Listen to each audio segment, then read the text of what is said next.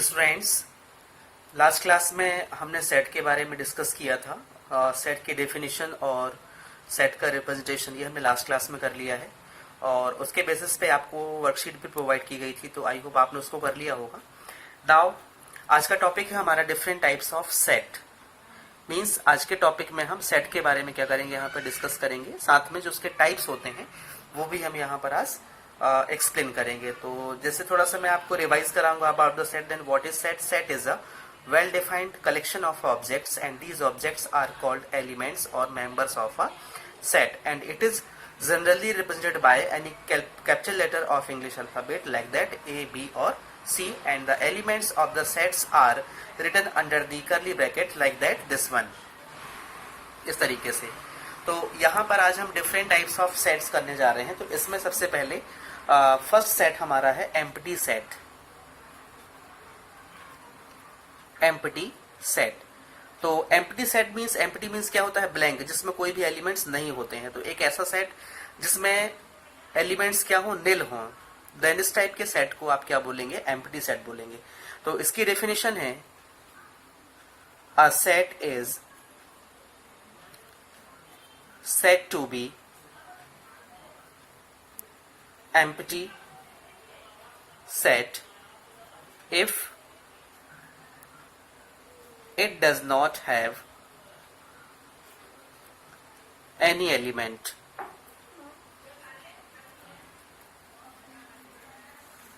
Means एक set को हम एम्प्टी सेट कब बोलेंगे? जब उसमें एक भी एलिमेंट्स नहीं होते हैं and it is denoted by phi और curly bracket open close. Means आप phi से रिप्रेजेंट करेंगे उसे या कर्ली ब्रैकेट से रिप्रेजेंट करेंगे किसको? जो एम्प्टी सेट होगा। ये जो एम्प्टी सेट होता है, दिस सेट इज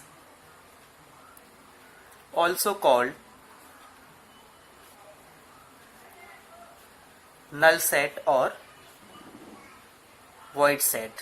मीन्स जो एम्प्टी सेट होता है उसे हम नल सेट या वॉइड सेट भी कहते हैं और उसे हम किससे रिप्रेजेंट करते हैं? फाई से या कर्ली ब्रैकेट ओपन क्लोज से। एक एग्जांपल ले रहे हैं हम। एग्जांपल में हम यहाँ पर ऐसा स्टेटमेंट रखेंगे या ऐसा सेट बनाएंगे जिसमें जो एलिमेंट्स है वो क्या हो? नल हो, मीन्स वो एम्प्टी हो। तो इसका एग्जांपल है the set of all odd natural number divisible by 2। Means यहाँ पे जिस तरीके से स्टेटमेंट दिया हुआ है उसके अकॉर्डिंग अगर हम यहाँ पे सेट फॉर्म करेंगे तो जो सेट होगा वो क्या होगा? हमारा नल होगा। हाउ? वो ऐसे कि set of all odd natural numbers. तो ऑड नेचुरल नंबर्स मीन्स क्या होते? पहले तो natural number which start from 1 like that 1 2 3 and so on, and odd बोला है means 1 3 5 and 7, and by the definition we know कि जो odd number होते हैं वो कभी भी 2 से divisible नहीं होते हैं। तो यहाँ पर स्टेटमेंट में दिया हुआ है all odd natural number divisible by 2, means ऐसे एक भी कोई एलिमेंट हमारे पास में नहीं है जो odd है साथ में 2 से भी divisible होंगे। तो इस टाइप के सेट को हम क्या बोलेंगे? एम्प्टी सेट बोलेंगे। देन सेकेंड है हमारे पास में फाइनाइट सेट। नेम से क्लियर है। Finite set means which is countable, means ऐसा सेट जिसके एलिमेंट्स हम काउंट कर सकते हैं उसे हम क्या बोलेंगे? फाइनाइट सेट बोलेंगे। इसकी डेफिनेशन है a set which contains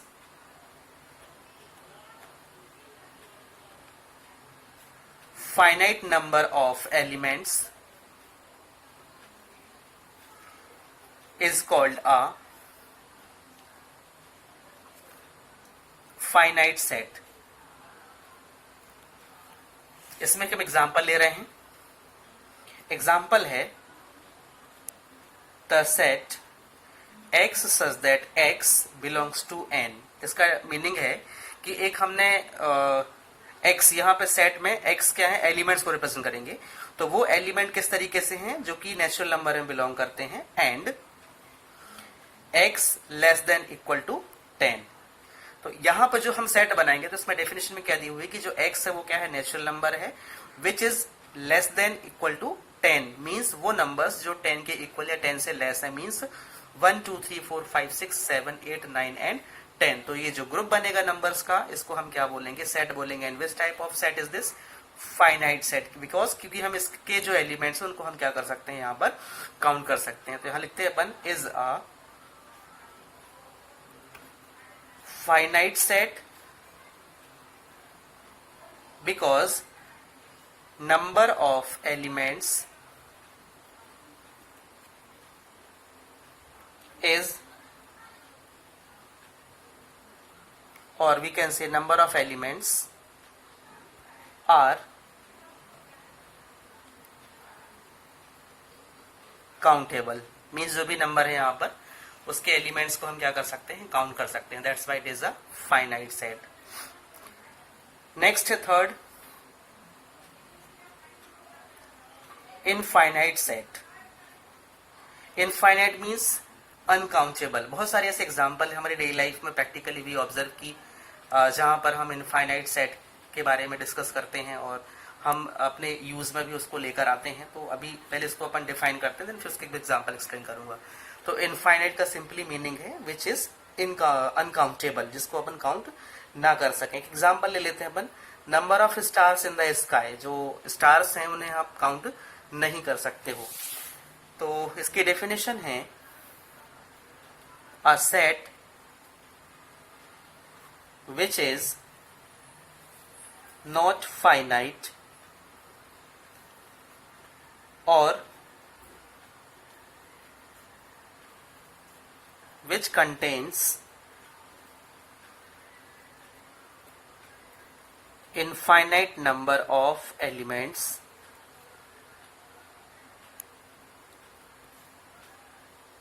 is called an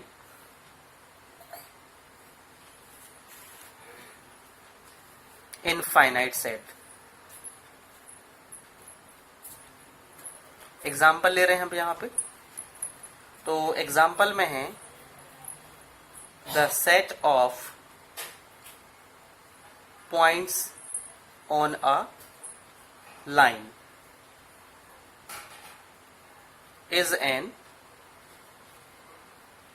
infinite set। क्योंकि जो हम लाइन ड्रॉ करते हैं, लाइक जैसे हमने एक लाइन ड्रॉ किया है, तो इसमें क्या है? इनफाइनाइट नंबर ऑफ पॉइंट्स हैं। मतलब जो पॉइंट्स हमने यूज किए हैं वो अनकाउंटेबल है, बिकॉज कॉम्बिनेशन ऑफ पॉइंट ही क्या है? एक लाइन है। जब हम लाइन को ड्रॉ करते हैं तो ये क्या होता है? मिक्सचर ऑफ पॉइंट्स होता है। तो यहाँ पर सेट ऑफ पॉइंट्स जो हमने लिया है लाइन में, वो किसको रिप्रेजेंट करेंगे? इनफाइनाइट सेट को रिप्रेजेंट करेंगे। इसके अलावा आप number of stars in the sky भी बोल सकते हैं, नंबर ऑफ हेयर्स बोल सकते हैं, और भी बहुत सारे एग्जाम्पल्स हैं जो हम अपनी डेली लाइफ में उसको यूज भी करते हैं। चलिए, फोर्थ है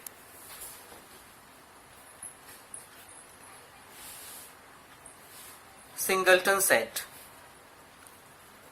सिंगलटन, सिंगल मीन्स जिसमें एक ही एलिमेंट होता है, उसे हम क्या बोलते हैं? यहाँ पर सिंगलटन सेट बोलते हैं। तो फॉर एग्जाम्पल पहले डिफाइन करते हैं, a set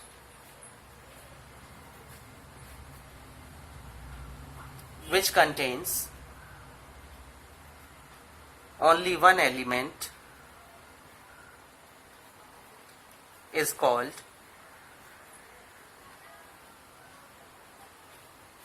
singleton set. Example ले रहे हैं हम,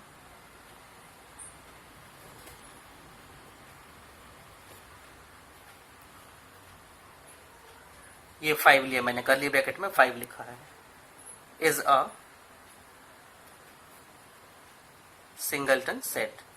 वाई? क्योंकि यहाँ पे जो हमने सेट रिप्रेजेंट किया है उसमें कर्ली ब्रैकेट में एक सिंगल एलिमेंट हमने यूज किया है, इसलिए इसको अपन क्या बोलेंगे? यहाँ पर सिंगलटन सेट बोलेंगे। नेक्स्ट है इक्वल सेट। इक्वलिटी रिप्रेजेंट करने के लिए हमारे पास में एटलीस्ट 2 सेट्स होने चाहिए, ताकि उनके एलिमेंट्स के बेसिस पे हम उनकी इक्वलिटी को वहां पर शो कर सकें। तो इसकी डेफिनेशन है 2 sets are set to B equal sets if they have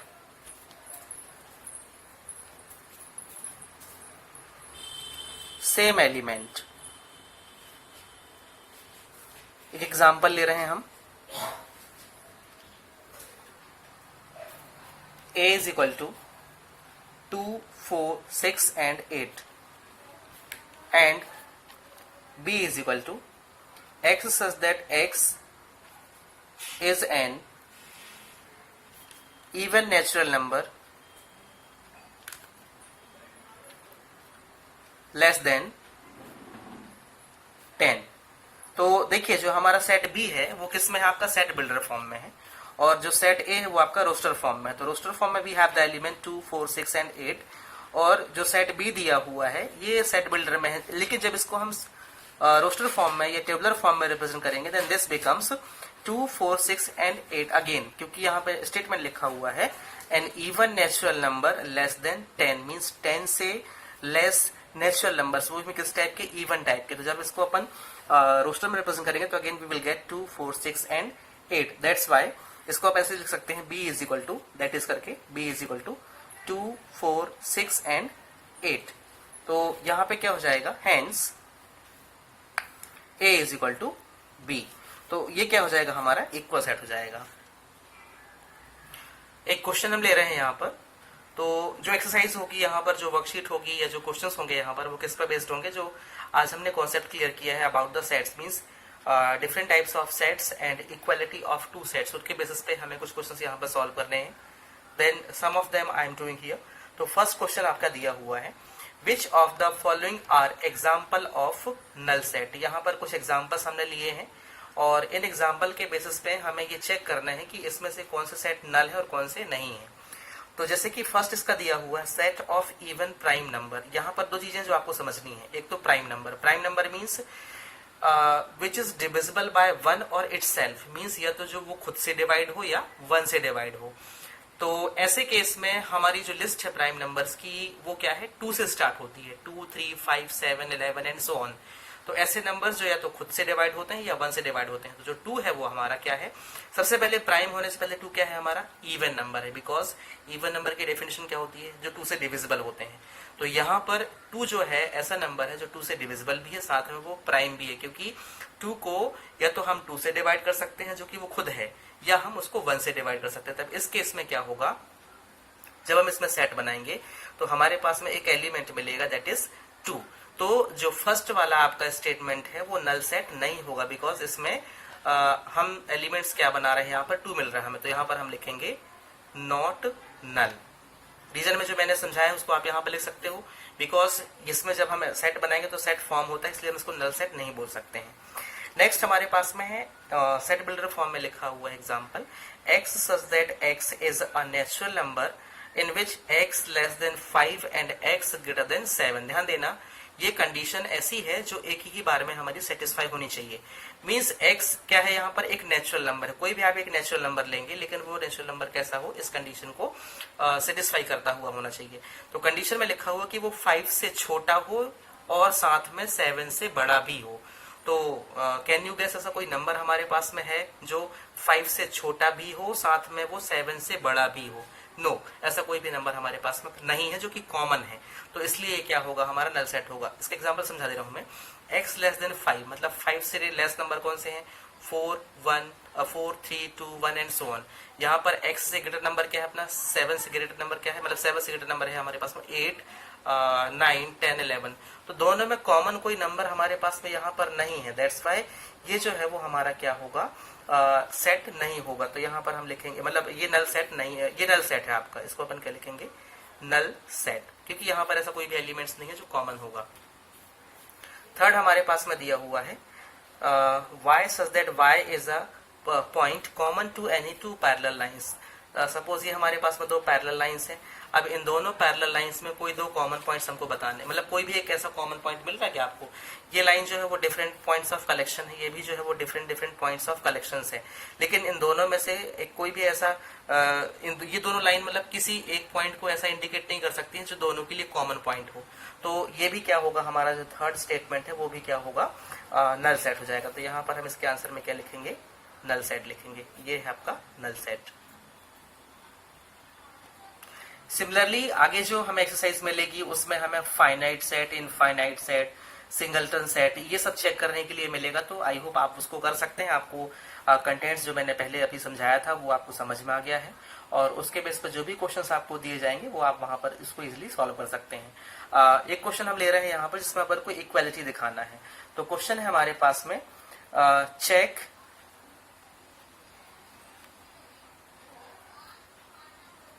check A equal to B और नॉट, मतलब जो ए और बी है वो दोनों इक्वल है या नहीं है। तो इसमें एक स्टेटमेंट हम ले रहे हैं। फर्स्ट हमारे पास में है ए इज इक्वल टू, हमने एक सेट बनाया है ए बी सी डी, और बी हमने सेट लिया है यहाँ पर डी सी बी ए।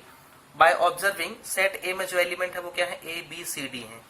सेट बी में जो एलिमेंट है वो क्या है हमारे पास में, डी सी बी ए है। मतलब हमने इक्वलिटी ऑफ सेट में क्या डिफाइन किया है अभी कि जो एलिमेंट है वो क्या होने चाहिए, इक्वल होने चाहिए। तो इक्वल एलिमेंट मीन्स यहाँ पर भी 4 एलिमेंट है, यहाँ पर भी 4 एलिमेंट है, लेकिन साथ में वो सिमिलर होने चाहिए। Like that A B C D यहाँ पे दिया हुआ है, यहाँ पर भी ए बी सी डी दिया हुआ है। दैट्स वाई क्या होगा यहाँ पर आंसर में हम लिखेंगे ए इज इक्वल टू बी, क्योंकि दोनों क्या है यहाँ पर इक्वल्स हैं, मतलब दोनों में सेम एलिमेंट है। नेक्स्ट है हमारे पास में second, a is equal to 4 8 12 16 and b is equal to हमारे पास में है 8 4 16 और 18। देखिए यहाँ पर दोनों में कॉमन एलिमेंट्स क्या है, 4 है, यस, 8 भी है, 16 भी है, बट यहाँ पर 12 और यहाँ पर क्या है 18 है, मतलब दोनों क्या होंगे, नॉट इक्वल टू होंगे। तो a not equal to b, answer में क्या लिखोगे आप, a not equal to b। Third हमारे पास में है a is equal to 2 4 6 8 10 and b is equal to we have x such that x is a positive even integer and x less equal to 10। मतलब statement थोड़ा सा change हुआ है कि हमें पॉजिटिव इवन इंटीजर्स देने हैं। देखो इंटीजर्स क्या होते हैं, जो नेगेटिव और पॉजिटिव दोनों होते हैं, बट हमें यहाँ क्या लेना है, पॉजिटिव, मतलब greater than 0, 0 and greater than 0 क्या होंगे यहाँ पर हमारे पॉजिटिव इंटीजर्स होंगे। साथ में it should be less than equal to 10, that's why this will be b is equal to, that is करके आप लिखोगे b इज इक्वल टू, यहाँ पर भी जो एलिमेंट्स होंगे वो क्या मिलेंगे आपको, 2 4 6 8 एंड 10 अगेन। देन यहाँ पर आप लिखेंगे hence a is equal to b, क्योंकि दोनों में क्या है हमारे पास में यहाँ पर सेम एलिमेंट दिए हैं। तो इस तरीके से आप इक्वालिटी यहाँ पर शो कर सकते हैं क्वेश्चंस की, और आई होप ऐसे ही क्वेश्चंस आपको न्यूमेरिक फॉर्म में भी मिल सकते हैं। जैसे फोर्थ एग्जांपल हमने लिया है, a इज इक्वल टू हमारे पास में है 3 1 4 2, और जो आपके पास में b दिया है वो है आपके पास में 4 1 3 7। तो 3 1 4 2 और यहाँ 4 1 3 7, मतलब दोनों में क्या है फिर डिफरेंट एलिमेंट आ गए।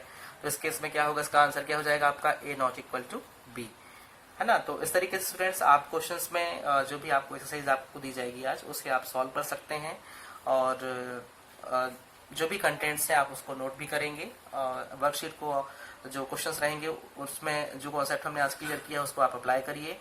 और इसके आगे का जो हमारा टॉपिक है वो है सबसेट, जो अभी जस्ट इसके बाद आने वाला है, तो हम उसको नेक्स्ट क्लास में करेंगे। सबसेट्स के बाद में उनका union, intersection, difference of sets, तो काफ़ी ऐसे मतलब पॉइंट्स हैं, काफ़ी ऐसी डेफिनेशंस हैं जो हमें आगे करनी है अभी। तो आई होप आपको सारी चीज़ें क्लियर होती जा रही हैं और आप नोट्स प्रॉपर बनाते जाइए, क्योंकि जब चैप्टर हमारा कंप्लीट हो जाएगा तो उसके बाद में 1 और 2 डेज आई गिव यू, और उस ड्यूरेशन में फिर आप उसको कंप्लीट करके फिर मुझे उसकी PDF फाइल भेजेंगे। तो चलिए बाकी का हम करते हैं इसके अगली क्लास में। Thank you.